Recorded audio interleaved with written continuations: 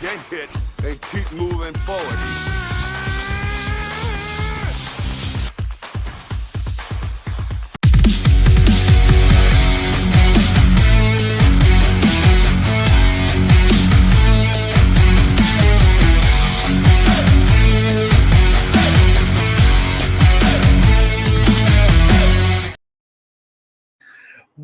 What is going on, everybody? Welcome back to another edition of Cage My IQ. This is the UFC on ABC4 Picks and Predictions show. This is going to be main evented by Jorginho Rosenstruck versus Jailton Almeida in the heavyweight division. This fight night is going to be broadcasted from the Spectrum Center in Charlotte, North Carolina. But of course, as always, Cage My IQ. You can find me on social media for Cage My IQ. You can follow and subscribe to us on Twitter, on Instagram, on Twitch, and of course on YouTube. You can find us on YouTube at Cage My IQ. And now, of course, we are on the Bloodline Entertainment Network. I am newly found on here. You can find the Bloodline Entertainment Network on YouTube, as you see right there. You can subscribe at www.youtube.com/the Bloodline ENT. You can check out all the other podcasts that we have in sports, entertainment, of course, MMA, and now anime and cinema. We got the debut, of course, of the Director's Cut that just happened on Tuesday. And then check out all the other podcasts that we have. We got the Universal Wrestling Podcast, the Tim King Show, Roto Slapper Sports. We got that. We got Dogging with De Niro. We got the Circle Debate, Clark Street Wrestling, and WrestleBread and Top Rope Wrestling Talk. That's just a few to name what we have on the Blood Entertainment Network. So check us out on YouTube, subscribe to the network, and give us a follow on Twitter. And of course, please do me a favor, smash the like button down below and give me a comment in the comment section. Let me know what you think of this fight night pay-per-view and give me your picks and predictions for this show. And now, Cage My IQ has merch out now, as you see right there. We are on firesfirst.shop. You got Mike Ginn and his collection of combat sports and wrestling attire. He is the best place to go if you like MMA or if you like wrestling for your gear.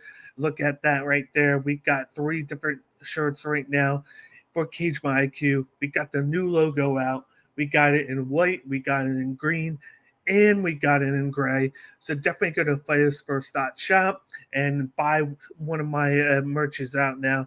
I'd be appreciated. Let me know what you think. All you got to do is go to firesfirst.shop for your Cage My IQ merch. Let's get started with the pay-per-view here. This was supposed to have, of course, 13 fights, but now it's down to 12 because they had just recently moved that Angela Hill versus Mackenzie Dern to the main event of next week's UFC Fight Night because of the cancellation of Raquel Pennington versus Irene Aldana. Props to the women right there for getting that main event slot. So now, instead of doing 13 fights, I will be doing 12. But let's get started, of course, with the action right here. We got a women's flyweight battle in the UFC. We got Jessica Rose Clark going up against the newcomer Tainara Lisboa. We got Jessica Rose Clark. She's the minus 150. You got Lisboa, who's the plus 125. I'm going with the favorite in this matchup. I'm going with Jessica Rose Clark. She hasn't had the greatest of times in the past couple fights. She did put on a great showing last year, but then she came back and she's been submitted in the last 2 fights. I think she gets it done with her grappling. I think she has a decent range with her striking.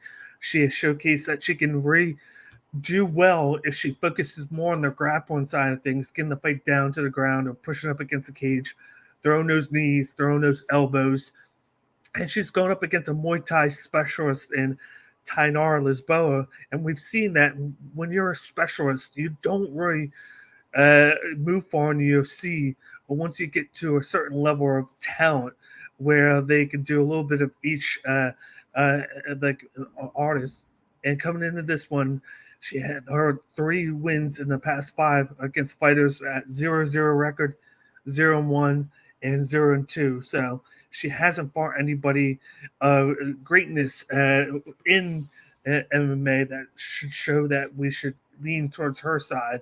And I'm going with Jessica Rose Clark here. I just think she clinches up, lands a lot of elbows and knees. Like I said, she does a lot of grittiness. She keeps the fight on the ground so that Lisboa can't get any of those leg kicks or distance striking going. And she pulls out the decision victory in this one. So I'm going with Jessica Rose Clark in this one by decision. Moving on to the next fight on the prelim, we got a men's welterweight battle between Gabe Green, who's the minus 125 favorite, going up against the hometown kid in Brian Battle, who's the plus 100 underdog. He's from Charlotte, North Carolina. He is the favorite. Therefore, seeing how both guys are doing, you got Brian Battle, who is more of the taller, rangier fighter. He can throw from a distance. He's the better grappler along the cage.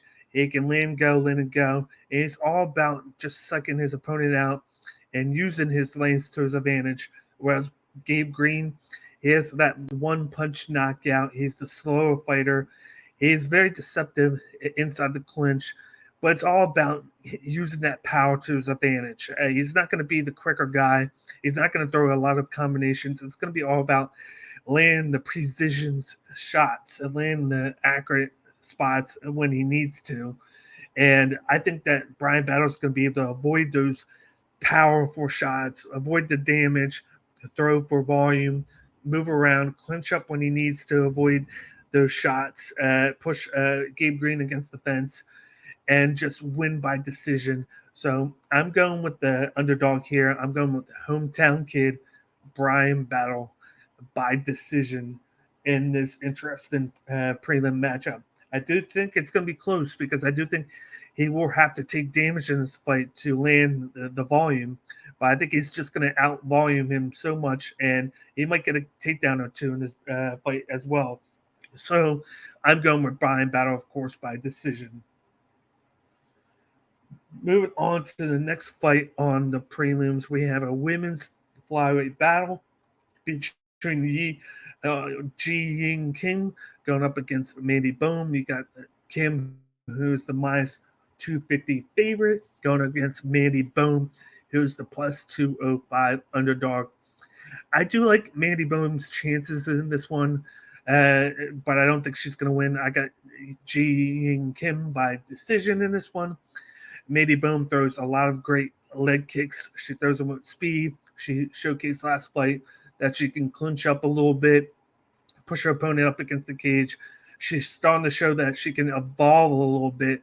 I just don't think that she is top level UFC caliber. She has a lot to learn.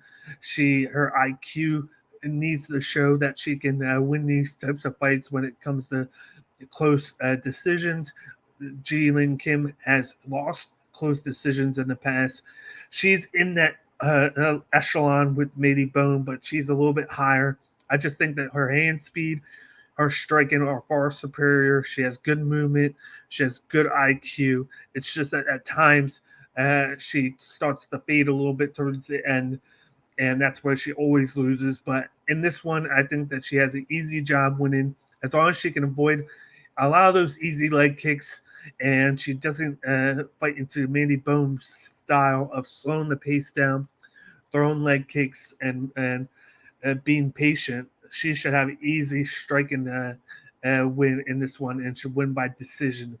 I could see Ji Ying Kim finishing Mandy Bohm in rounds 2 or 3 if she throws a lot, but I think she gets it done by decision. So I'm going with the favorite in this one in Ji Ying Kim by decision.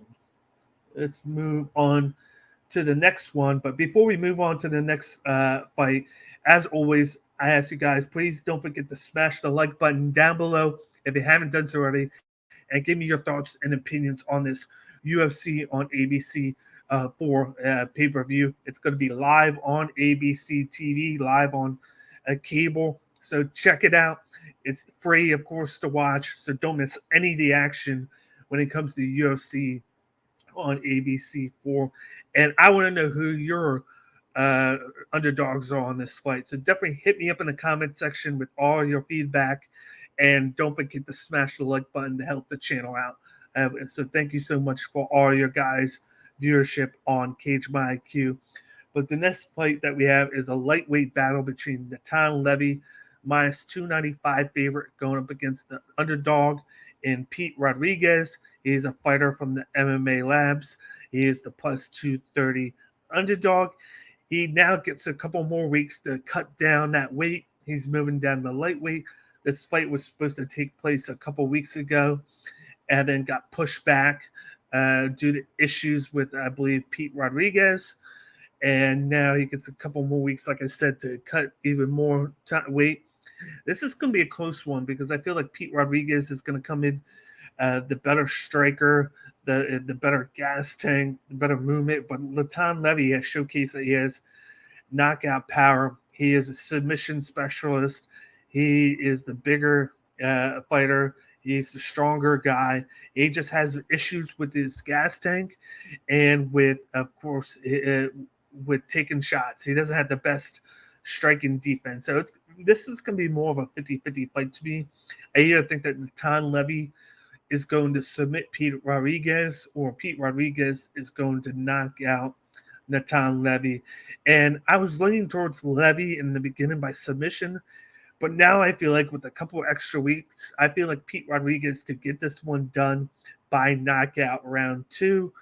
I'm going to go with the underdog here. I think the movement, the cardio, and the striking is going to be very favorable to him. And as long as he can avoid those takedowns and avoid those bad situations that he can put himself into where Levy can take advantage of it and submit him, I feel like he should have a good chance of beating Levy with the striking and the movement. So I'm going with the plus 230 underdog here to win by knockout round 2.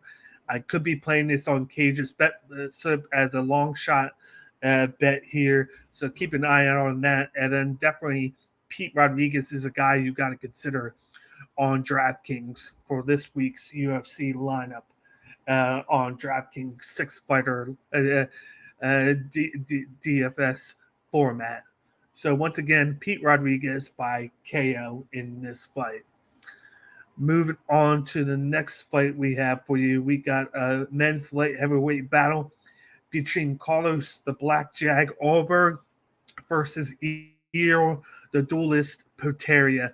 We got Alberg, who is the huge minus 300 favorite, and then we got Poteria, who is the plus 240 underdog. I don't think this is going to be close. I got Carlos Alberg. I think he could get it done by knockout. He is a kickboxing specialist from City Kickboxing. He trains with the likes of Israel Adesanya. Of course, he trains with Alexander Volkanovski. All those guys there in New Zealand. He is part of that crew. And then it got his speed, his power. He's good in the clinch, but he throws a lot of volume. And a guy like Eo Poteria, who he did get a win against Shogun Rua in Brazil, but that's like a over the moon Shogun Rua who's past his prime. He got dominated by Negromantu, who Carlos Alberg was able to finish. And I just like this hand speed, the movement, the volume of Carlos Alberg. I think he's better in every scenario over Eo Poteria. I think Eo Poteria might have a little bit more power to his shots, but I think Carlos is the more complete fighter, and I got him winning by round 1 or round 2 knockout. I think once that he lost to Kennedy and Chekru, and he got that loss under his belt that he needed to get to kind of put him in check, he's become a different fighter since then. He's smarter, rangier, and more dangerous in the octagon now. So I'm going with the favorite here. I think he gets it done by KO rounds 1 or 2. Moving on to the next fight on the prelim, we got a men's bantamweight battle between Cody the Spartan Stamen versus Douglas Silva de Andrade. This is a boxing grappler versus a jiu-jitsu Muay Thai specialist here. You got Douglas De Silva, the plus 105 underdog. You got Cody Stamen, who is the minus 125 favorite. Stamen is coming in with the big time wrestling background. He likes to look to take his opponents down, hold him down, clinch him up, throw elbows, knees, look for the submissions. But a part of his game that's very underrated is his boxing. He has fast hands, his quick hand movement when he's throwing his strikes. He has power with his hands. But then on the other side, you got De Silva, who has a rangy jiu-jitsu background. He's very extensive with his submissions, and he has quick power movement in his leg kicks, and he has good hands with power. He's just slower when it comes to striking than Cody Stamen is, and this is going to be very interesting to see who instills their game plan on the other. You would think that Douglas De Silva would have the advantage when it comes to power, but I'm giving the advantage in this fight to Cody Stamen. I think he gets it done by knockout round 3. I think Douglas Silva de Andrade will start out the fight quicker. Cody Stamen sometimes is a slow starter in fights, and then he ramps things up as the fight gets going. I think Douglas Silva, who's a fast starter, will get the early lead in the first round. He'll get started quicker in that first 2 minutes and 30 seconds with those leg kicks to feel out processed. He might stuff a takedown early on, but as the fight gets going, I think that Cody Stamen is going to take center stage of this fight. I think he's going to take down Andrade a few times. He's going to land some damage, and I think he gets it done with an elbow, standing elbow in round 3 when both guys are getting tired. I think by round 3, usually Silva de Andrade is the groggier guy of the two. When he's in the octagon, he starts to slow down. His punches get slowed up. Same with his leg kicks, and he starts to not be able to defend as well. So I got Cody Stamen in this one by round 3. I think he's looked better in the last couple of fights that he's fought. You look here, he's beaten Luan Lacerda and Eddie Weiland. He did lose, but he lost to Syed Nurmagomedov. Quickly, he lost to Merab, which he did look good in that fight in the beginning. He just got Merab is just a machine, and he took over. And Jimmy Rivera. So he's fought in competition, and the 2 losses for, of course, Andrade were Syed, so they have a common opponent, and Murphy. And then he beat Sergey, he beat Perello, and he beat Renan Barrea. So they got similar backgrounds of who they fought, but I'm favoring the guy with the more extensive background, and I always favor wrestling over jiu-jitsu when it comes to grappling. So I give the edge to Cody Stamen in this one, and I think he wins it by round 3 knockout via his standing elbows that he likes to throw from time to time. Let's move on to the next fight here. We got another rescheduled fight here. And once again, just like I told you guys before, if you haven't done so already, please hit the like button down below. That'll help us out with the algorithm. I appreciate everybody that watches in. And please hit us up in the comment section and let me know what you think of my picks and predictions and who you have for this Saturday's UFC on ABC 4 pay-per-view that's going to be broadcasted on live television on ABC. But for this fight, we got a heavyweight battle between Carl Williams, the minus 420 huge favorite, versus Chase Sherman, the plus 310 underdog. I'm going with Carl Williams here by decision. I think he has the better wrestling. He has power in his hands. He has good movement. He has good clinch game. His one weakness, though, is his gas tank, but I don't think it's going to be a problem in this one. You got Chase Sherman, who has pure boxing skills. He has good movement. He is a former champion in bare knuckle. But the one weakness that he has is his clinch defense and his takedown defense.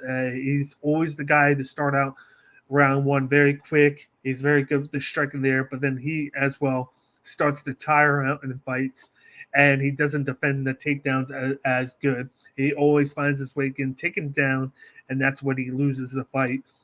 And I think that Carl Williams, with the extra couple weeks to prepare for this one, because he took this fight originally on short notice, that he's going to be able to do a heavy grappling game plan, look to take down Chase Sherman, control him on the mat, look at submissions, look at the ground game when it comes to striking, and even tire him out that way. So I got Carl Williams by decision in this one.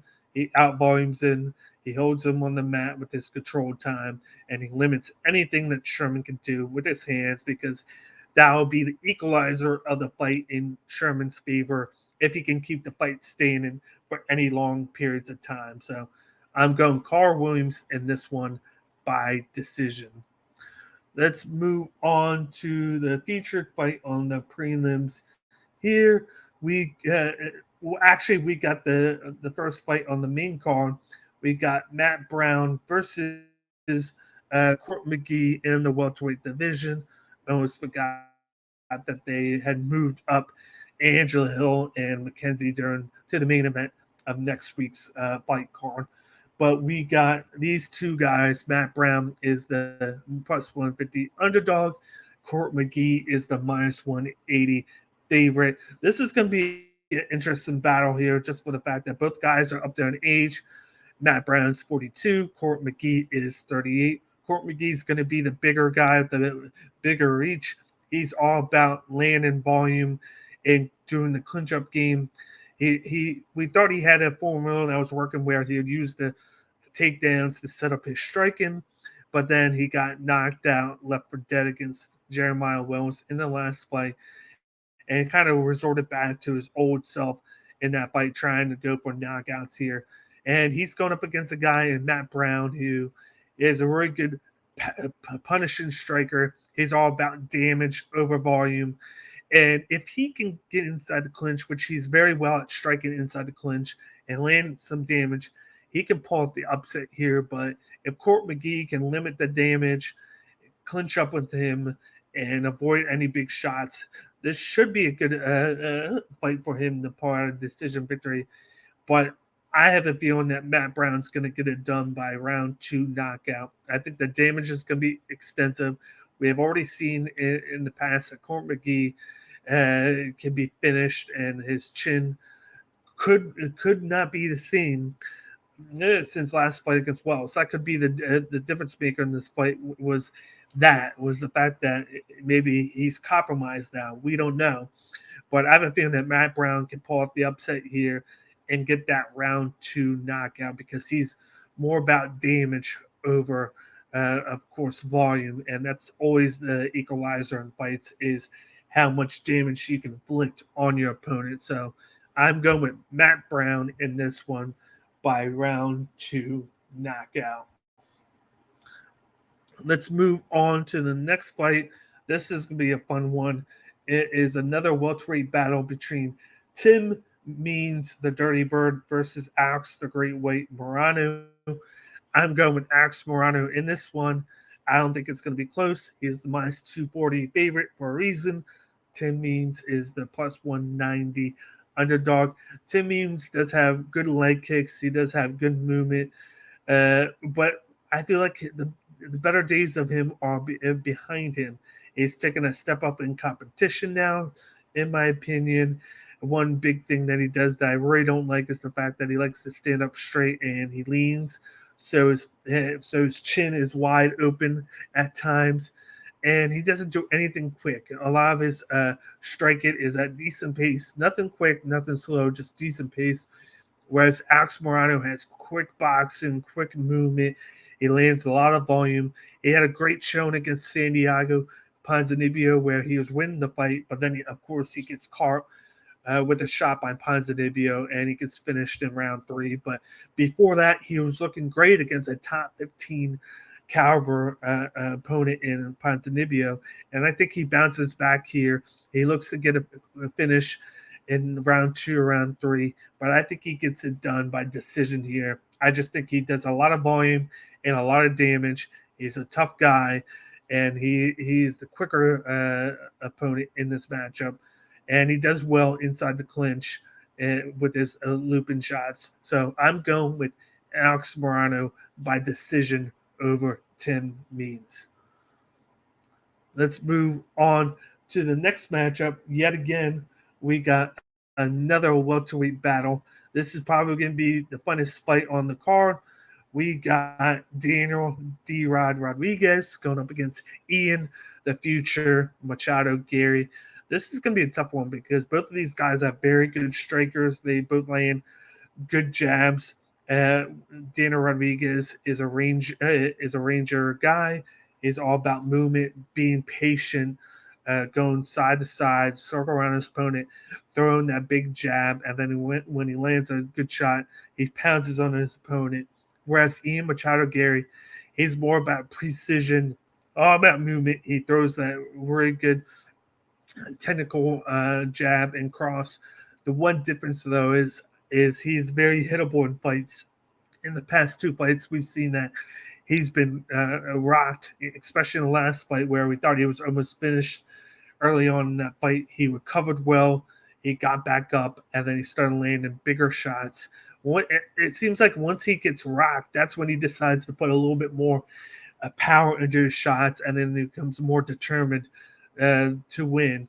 But against a guy like Daniel Rodriguez, who's going to be able to control the clinch, where Ian Gary is very weak when he's inside the clinch with guys. He's overpowered, and he lets the other opponent dictate where they go in the clinch. And Daniel Rodriguez is going to be a lot better in the clinch. He's going to control him. He's going to push him against the cage, land those big-time shots.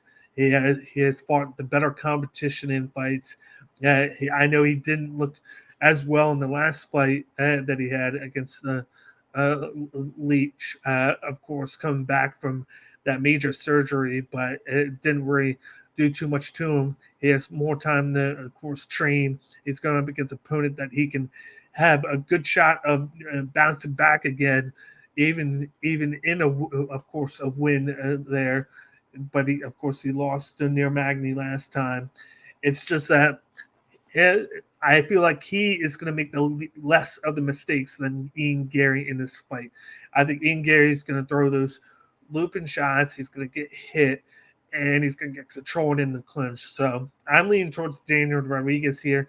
I think he could get a mid-round finish in round 2, possibly round 3. But I'm going to go with decision on this one. I feel like he's going to base it off of utilizing the jab a lot, doing damage and volume, and then just controlling the center of the octagon. So I'm going with the plus 200 underdog in D right here. I think Ian Gary is going to be a great fighter, but I think this is going to be a misstep in his journey where he can learn and get better from this one. So I'm going with Daniel Rodriguez by decision.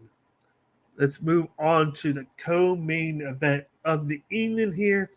We got a men's light heavyweight battle between Anthony Lionheart Smith going up against Johnny Walker.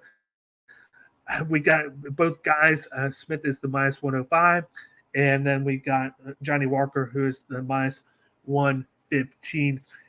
Anthony Smith is coming in. He's very well-rounded in everything. He's a decent striker. He's a good jiu-jitsu artist. He's good in the clinch, very tough as nails.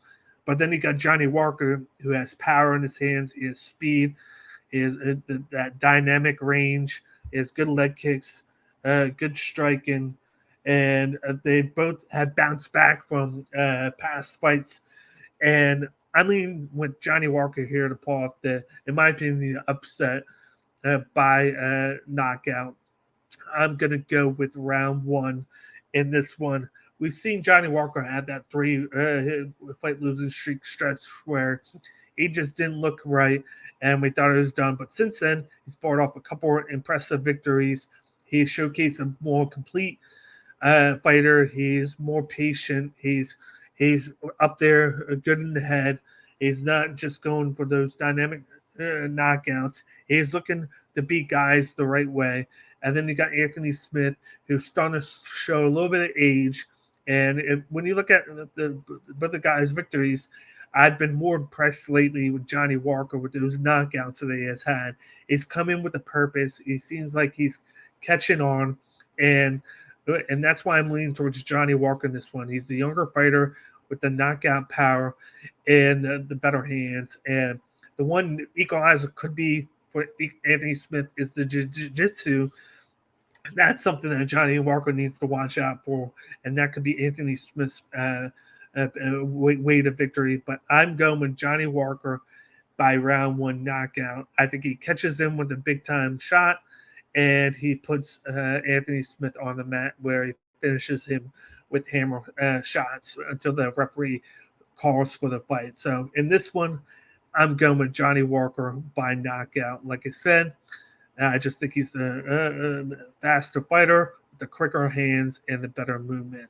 So in this co-main event, go with Johnny Walker by knockout. Now we're on to the main event of the evening. We got heavyweight Jorginho Rosenstruck going up in this battle against Jailton Almeida. Before we get into this action, once again, before we wrap things up, I just want to ask you guys to smash the like button down below and hit us up in the comment section of your thoughts and opinions on my picks and predictions for UFC on ABC4. But we got the underdog Rosenstruck, who's plus 140. We got Almeida, who's the minus 550 underdog. I'm going with the huge favorite in Jailton Almeida by round one submission here. This is a great story here with Jailton Almeida. He is a light heavyweight that decided just to move up the heavyweight so he could get more fights. He has dominated the competition in his move up to the top 15. All it took was 2 fights at heavyweight to move into that span. He's come in here, showcased his speed, his movement, his grappling / jiu-jitsu, and the transitions that he has that are flawless in moving from one position to another and being able to take down guys that are 30 pounds bigger than him. And he makes it look easy and then finishing them. And not only is he finishing them with submission, but he's showcasing his ground and pound technique that has been just great. And against a guy like Rosenstruck, it's going to be a tough competition.